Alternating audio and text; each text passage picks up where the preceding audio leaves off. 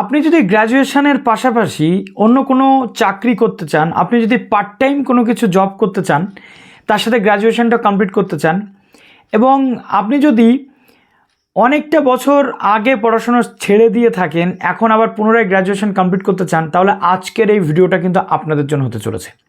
সবচেয়ে বড় ব্যাপার, এখন বর্তমান যে পজিশন রয়েছে, কেউ পুরোপুরি পড়াশোনার প্রতি মোটিভেটেড থাকতে পারছে না। প্রতিনিয়ত তাকে কাজের পাশাপাশি পড়াশোনাটা চালানোর জন্য কিন্তু এগিয়ে যেতে হচ্ছে, কিন্তু রেগুলার পড়াশোনার জন্য সেটা তো যথেষ্ট নয়। রেগুলার কোর্সে যদি কেউ পড়াশোনা করে তাহলে 80% অ্যাটেন্ডেন্স মাস্ট, বাট এই সিস্টেমে আপনাকে অ্যাটেন্ডেন্সের কোনো ম্যাটার কিন্তু করে না। শনি রবিবার দুদিন ছুটির দিনেই কিন্তু ক্লাস হয়, আর পড়াশোনা থেকে শুরু করে ইচ অ্যান্ড এভরিথিং সব কিছু কিন্তু খুব অনায়াসে আপনি কমপ্লিট করতে পারবেন। ইয়েস, আজকে আপনাদের জন্য নিয়ে চলে এসেছি NSOU, নেতাজি সুভাষ ওপেন ইউনিভার্সিটির অবশেষে শুরু হতে চলেছে ভর্তি প্রক্রিয়া। NSOU UG admission 2026। অনেকে অধীর আগ্রহে অপেক্ষা করে থাকেন যে কবে নেতাজি সুভাষ ওপেন ইউনিভার্সিটিতে আন্ডার গ্র্যাজুয়েট অ্যাডমিশন প্রক্রিয়া চালু হবে। তো অবশেষে সেই আন্ডার গ্র্যাজুয়েট অ্যাডমিশন প্রক্রিয়া কিন্তু চালু হয়ে গেল নেতাজি সুভাষ ওপেন ইউনিভার্সিটির। কিছুদিন আগে আমি আপডেট দিয়েছিলাম, আপনারা বলেছিলেন কবে থেকে শুরু হবে। তো পুরো ডিটেল নিয়ে চলে এসেছি, কী কী সাবজেক্ট থাকে, কত কত খরচ হয়ে থাকে, স্টাডি সেন্টার থেকে শুরু করে ইচ অ্যান্ড এভরিথিং আপনাদের সঙ্গে শেয়ার করবো আজকের এই ভিডিওটাতে। তো যারা নতুন আছেন অবশ্যই চ্যানেলটিকে সাবস্ক্রাইব করে পাশে থাকা বেল আইকনে ক্লিক করে দেবেন, যাতে সমস্ত তথ্যগুলো আপনার টাইম এখানে পেয়ে যান। এবং প্লিজ ভিডিওটা প্রচুর লাইক করুন, বন্ধুদের মাঝে শেয়ার করতে একদম ভুলবেন না। নেতাজি সুভাষ ওপেন ইউনিভার্সিটিতে অলমোস্ট 192টা লার্নার সাপোর্ট সেন্টার রয়েছে। দেখিয়ে দেবো কোথায় কোথায় সেই সাপোর্ট সেন্টারগুলো। তো সর্বপ্রথম আমরা একটু ডেটটা দেখে নিই। 24/7/2026 থেকে এখানে অ্যাডমিশন প্রক্রিয়া শুরু হতে চলেছে। তো প্রথমত এখানে অ্যাডমিশনের জন্য আপনাদের কোনো যে মেরিট লিস্ট বা কোনো কিছু বেরোয় না, direct first come first serve বেসিসও নয়, প্রচুর সিট থাকে।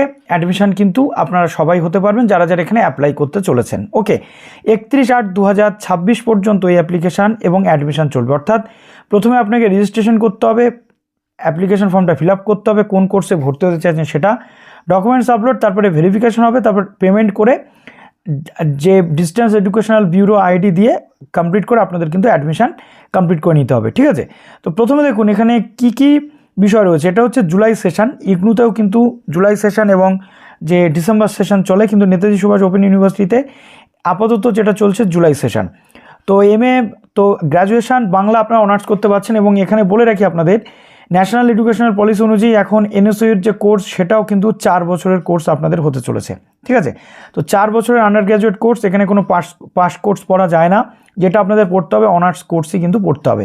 তো বাংলা অনার্স করতে পারছেন, HSে আপনার জাস্ট পাস মার্কস থাকলেই হয়ে গেল, পাস মার্কস থাকলে আপনি অ্যাপ্লিকেবল।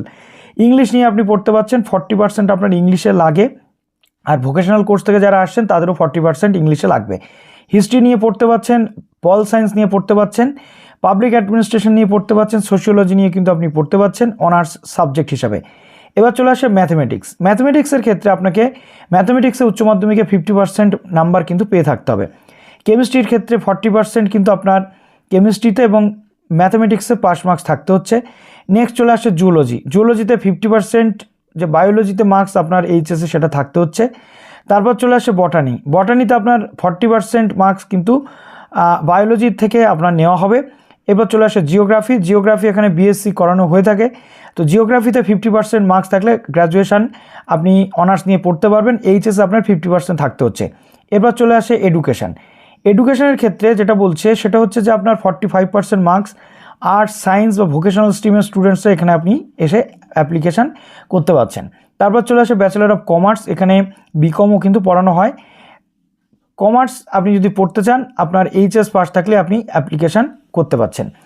এবার চলে আসে দেখুন লার্নার্স সাপোর্ট সেন্টার, 192টা প্লাস আমি বলে দেবো। তার আগে আপনাদের আমি একটু বলে দিই 4 বছরের যে অনার্স গ্র্যাজুয়েশন সেটাতে আপনার খরচ কত হচ্ছে।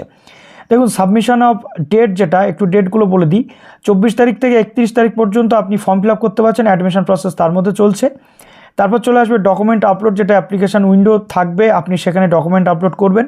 তারপরে ডকুমেন্টটা ভেরিফিকেশান হয়। ডকুমেন্ট ভেরিফিকেশান বা এই কাজের জন্য আপনার 1/9/2026 পর্যন্ত টাইম পাচ্ছেন। অনলাইন যে ফিজ সাবমিশন, সেই ফিজ সাবমিশনটা আপনি 24/7 থেকে 3/9/2026 পর্যন্ত করতে পারছেন। অফলাইন ফি সাবমিশন, যেটা ব্যাংকের থ্রু দিয়ে আপনি 28/7 থেকে 3/9 পর্যন্ত করতে পারছেন। এরপর চলে আসছে প্রফেশনাল এনরোলমেন্ট সার্টিফিকেট বা টোকেন বা SLM, এটা আপনি পেয়ে যাবেন 7/9 থেকে 10/9 মধ্যে। তো খরচ কত হয়ে থাকে? এখানে BA, BCom, Bengali, English, history, political science, public administration, sociology, economics, education এবং কমার্স, এই সাবজেক্টগুলোর জন্যে প্রথমবার আপনাকে অ্যাডমিশন পে যেটা করতে হবে সেটা হচ্ছে 4,300 টাকা। ঠিক আছে, 4,300 টাকা। আর 4 বছরে মোটামুটি আপনি ধরে নিন একবারেই আপনার এই পেমেন্টটা কিন্তু 4,300 করে করতে হতে পারে। তো টোটাল এখানে দেখা যাচ্ছে 5,050 টাকা কিন্তু খরচ হয়ে থাকে। ঠিক আছে, at the time of admission. তারপর এখানে নেক্সট যেটা চলে আসছে, তো এখানে যেটা রয়েছে বি মানে আমি আপনাদের একটু বলে দিই, বি মানে হচ্ছে অ্যাপ্লিকেশান প্রসেসিং ফি, অর্থাৎ এনরোলমেন্ট থেকে শুরু করে এই টোটালটা ধরে 750 টাকা আপনার বেশি যায়। তারপর চলে আসে কেমিস্ট্রি এবং জুলজির ক্ষেত্রে 7,250, জিওগ্রাফি এবং বটানির ক্ষেত্রে 7,050, ম্যাথমেটিক্সের ক্ষেত্রে 6,550 টাকা আপনার কিন্তু at the time of admission আপনাকে দিতে হচ্ছে। তার পরবর্তীতে নেক্সট সেমিস্টার বা নেক্সট ইয়ারগুলোতে, তার পরবর্তীতে নেক্সট ইয়ারে আপনার কিন্তু এরকম যে ব্যাপার সেগুলো রয়েছে। ঠিক আছে, তো আশা করছি এখান থেকে পুরো আপনারা কমপ্লিট করে নিলেন। এবার দেখুন এখানে কিন্তু সেমিস্টারে এখন হয়ে গেছে, প্রত্যেকটা সেমিস্টার আলাদা আলাদা করে আপনার কিন্তু চার্জেস কাটে। এবার ধরুন নেক্সট যেটা আপনার যে অ্যাডমিশন যে অ্যাপ্লিকেশন প্রসিডিওর সেগুলো এখানে লেখা রয়েছে, সেগুলো আপনি একটু দেখে নিচ্ছেন। এই ওয়েবসাইটটাতে কালকে অ্যাপ্লিকেশন উইন্ডো পেয়ে যাবেন। আজকে যেহেতু 23 তারিখ, কালকে থেকে কিন্তু এখানে অ্যাপ্লিকেশন প্রসেস শুরু হবে। আপনি এখানে অ্যাপ্লিকেশনের যে উইন্ডো সেটা কিন্তু পেয়ে যাচ্ছেন। সেন্টার লিস্ট কালকে যেহেতু দেখতে পাবেন না, কেননা কালকে অ্যাপ্লিকেশনটা আমি দেখাবো।